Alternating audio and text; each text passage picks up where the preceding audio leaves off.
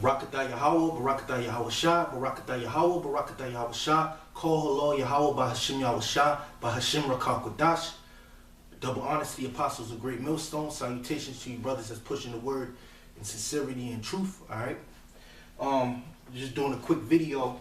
It's based off of a writing or an article. And this is a first-hand account of what happened during the famine.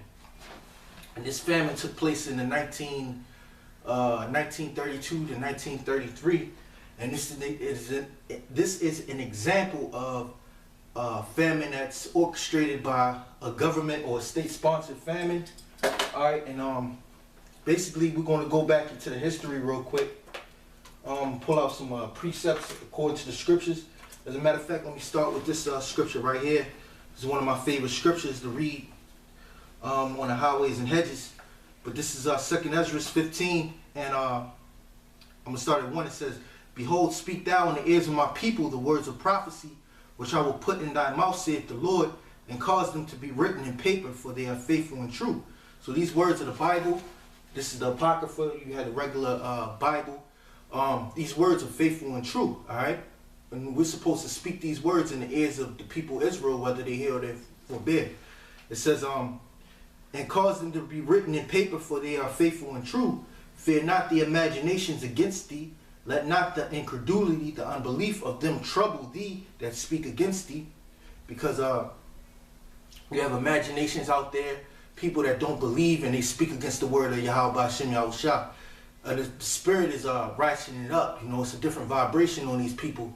They really don't believe in the Lord, man. This is a demoralized society that we live in.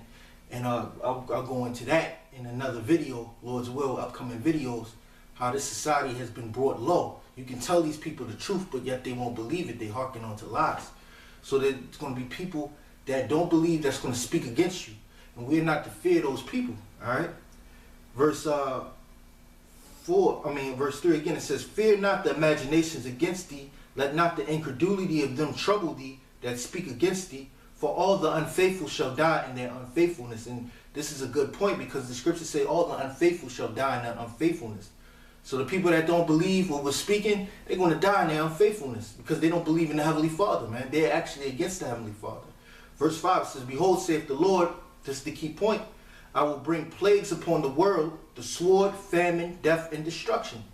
And we're about to go into account of a famine that took place in the 1930s that was orchestrated by a state or state-sponsored government. All right, and similar things are going to happen today. And we know that behind this this particular government, the Rothschilds were behind it. All right, because they financed the czars being taken down to bring in the Bolshevik party, starting with Lenin and then Stalin, Joseph Stalin, which put hell on those Ukrainians. But the American people are about to feel the same thing that the Ukrainians felt. And we're going to go into this article, okay? So this is some information that I picked up a while back, dealing with the famine, dealing with what happens during the famine, how a famine is brought about, and you know what the state of the people were. And this is from eyewitness accounts that were back then, and this information was documented. And similar things are going to take place in America, which is known as Babylon the Great in the Bible. So I'm going to read through it, and I'm probably going to bring out some few precepts. It's not going to be a long video, but it says the 1932 to 1933 famine genocide in Soviet Ukraine. Artem Yaroslav Luhov. It's a name. It says the 1932 to 33 famine genocide in Soviet Ukraine was deliberately instigated by Stalin. So this was deliberately instigated, all right, and his regime in order to complete Ukrainian subjugation to Moscow. It says it says Stalin's ongoing assault on Ukrainian independence, murderous grain requisitioning methods, and internal passport system, eyewitness accounts, enforced censorship, and manipulation of media indicated that Stalin was fully aware of and intentionally engineered this genocide to consolidate his hold over the Soviet Union. So Stalin, in order to get those Ukrainians in subjection, brought forth a genocide on the Ukrainians. All right, and I had mentioned at camp one day that World War II, the Germans entered into the Ukraine, and they could have took advantage of what Stalin did to the Ukrainians, and had the Ukrainians on their side, but they blundered. They end up putting more hell on the Ukrainians. All right, but this is what happened. So there was media manipulation of the media and forced censorship as a cover for the genocide that was taking place on the Ukrainians, and that's what's going to take place. I believe that's what's going to take place in America. This Third World War and the turmoil that's going on in America is going to be overshadowed by the genocide that the so-called Negroes, Latinos, and Native Americans are going to deal with. All right, when you go into those concentration camps and the famine that you're going to be dealing with, and the suffering, the atrocities that are going to be committed against the Israelites, is going to be done under the cover of war. All right. Stalin's campaign of terror caused the death by starvation of between 7 and 10 million people, and this was all in a short space of time. So 7 and 10 million people are estimated to have died during this 2-year period. I'm moving down because I'm just reading through some key points. It says, as facts prove that the 1932 to 33 famine was not caused by a poor harvest or collectivization. All right, skipping down a few paragraphs because it goes into some history of how the Tsars were taken out, how Lenin, Marxist Lenin, basically, appeased the Ukrainians of their independence, and how Stalin came in and with his tactics that led up to this genocide. Here's something in this paragraph. It says, in 1929, he began purging the Ukrainian intelligentsia.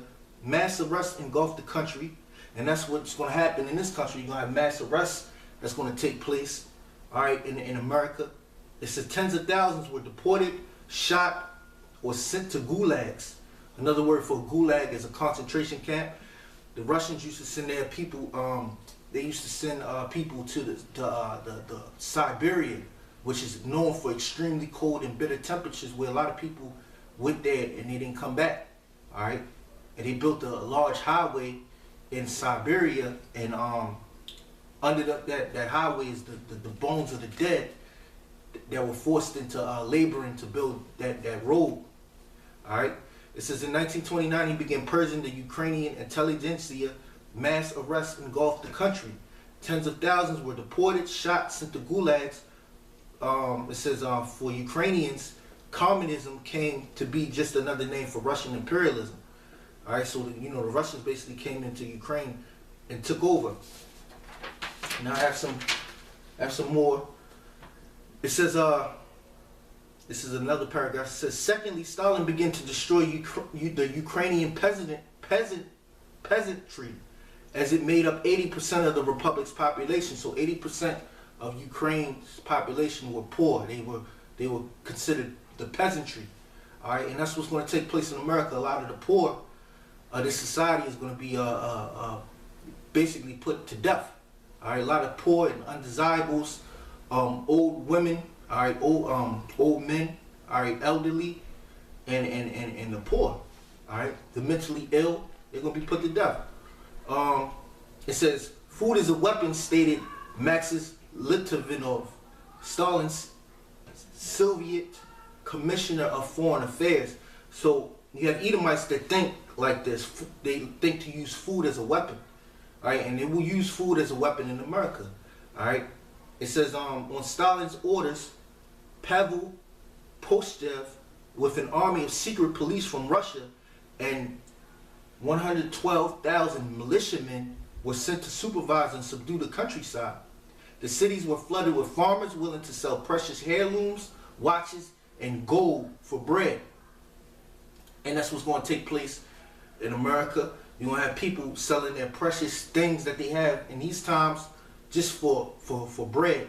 They even sold gold for bread, for something to eat, proving that materialistic stuff is not going to help you in this society. As a matter of fact, that brings me to a quick scripture.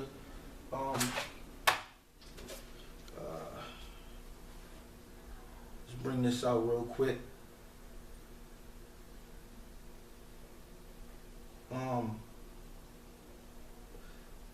And the reason why I just read this article is because, you know, there's a lot of similarities to what's going to happen. That what happened in the past is what's going to happen in the future, you know. All right, people that don't take heed to history are doomed to repeat it. That's what they say. Just roughly paraphrasing.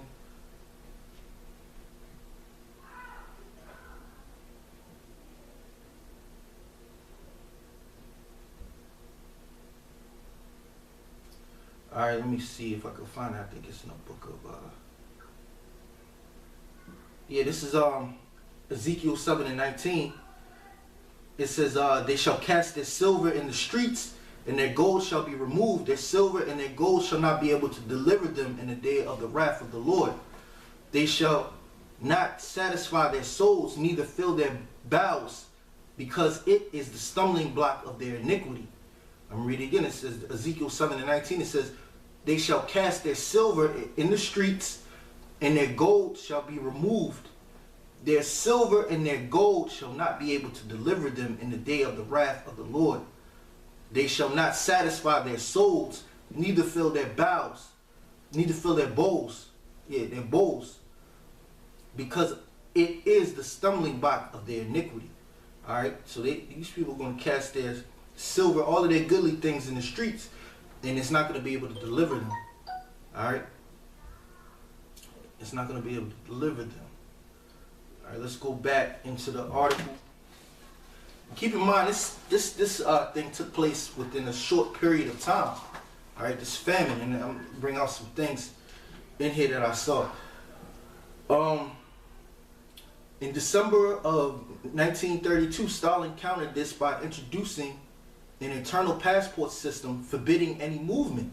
No peasant was allowed to leave the farm. All potential border crossings were effectively sealed to prevent Ukrainians escape the famished regions. Starving villagers who sought to flee areas stricken with famine and the resulting outbreaks of pneumonia, typhus, and tuberculosis were turned back at checkpoints controlled by Soviet patrols that enforced newly imposed internal passport regulations. So their freedom to travel was taken away from them. As a matter of fact, that it's a good movie to watch. It's on Netflix. It has an account of what happened. I think it might be on Netflix, but it was on a box. I don't know the name of it at the time, but it's a good movie to watch. It goes into the history of what happened during the famine, and they was actually fighting against the Russians, the Ukrainians. Let's go into 2nd Ezra 15 and 17. It says, "A man shall desire to go into a city and shall not be able, for because of their pride the city shall be troubled, the houses shall be destroyed, and men shall be afraid." All right, your freedom of movement is going to be taken away. For you to desire to go into a city, you're not going to be able to go into a city. All right. So Stalin had the passport system, and not to mention there was because famine leads to diseases. So you had pneumonia, typhus, and tuberculosis. So people were dealing with that. Let's read this real quick. It says, "Thirdly, first-hand accounts show that when no more grain could be found, they begin to search for buried food, dig holes, and break ovens in search of hiding spots. Graphic portraits of horrors of village life emerged. The flies of the Harvard University Refugee Interview Project in the early 1950s." So they were interviewing people in the 50s that were giving these accounts. It says, "Our respect of grain came up. They would dig up the floor. It is further stated that the Soviets used to walk around at night looking for smoke coming out of chimneys, signifying that dinner was being cooked.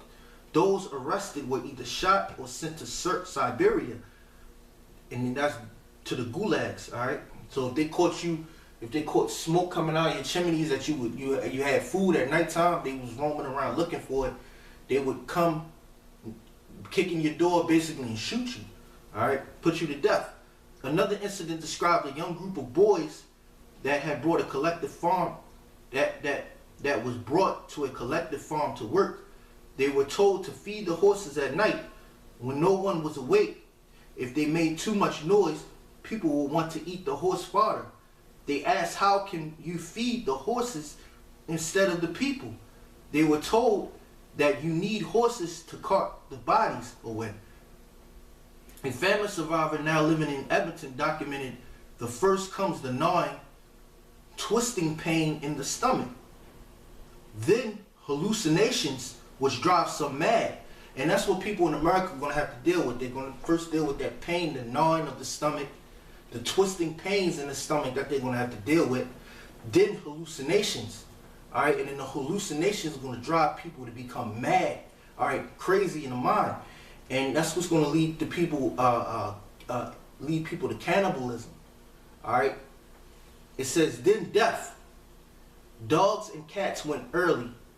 Oh, hold on, Shalaki. Let me read back. It says, then hallucinations, which drive some mad. Then apathy, emaciation, swelling of the hands, feet, stomach. Let me look up the word apathy. All right. All right. Look up the word apathy real quick. Because this is what people are going to have to deal with. All right.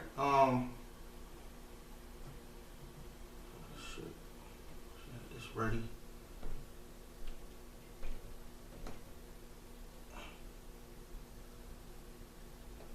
So I'm in the Edible Online. Apathy.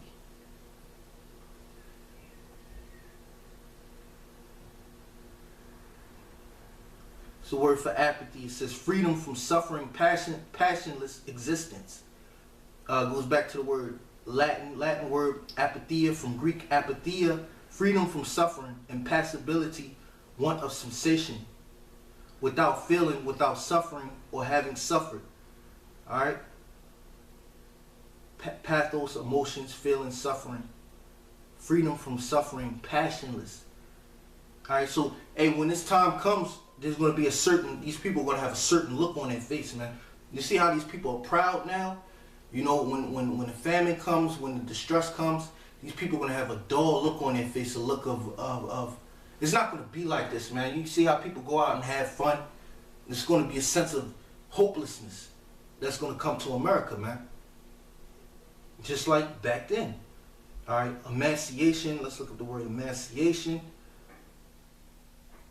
Emaciation. Emaciation. All right.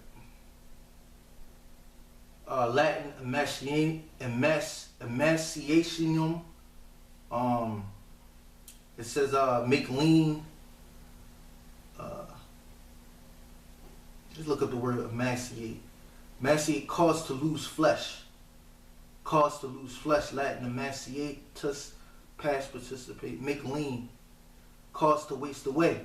Yeah, people are going to literally waste away. It says that then apathy, emaciation, swelling of the hands, feet, and stomach. Right? And this is what happens when a famine comes. Then death. So it's a painful process when a famine comes. All right. People lose passion. They lose it. All right. They dealing with hallucinations. All right. Then emaciation. They get lean. Or you start getting skinny. Then swelling of the hands, feet, and swelling of the stomach. And then death. After that, then death. And that's a painful process, man. That's a painful process, man. Alright. Alright, so let's go keep on reading. It says then death. Alright, dogs and cats went early. So people are going to resort to eating their dogs and cats, their pets. Alright, the pets that they keep in their house. When it gets that bad, they're going to start eating their dogs and their cats, man. Alright. And then it says cannibalism came later. So first you eat the dogs and the cats, you eat what you can find. But then cannibalism came later. Alright, according to this document right here. Let me see what I can find.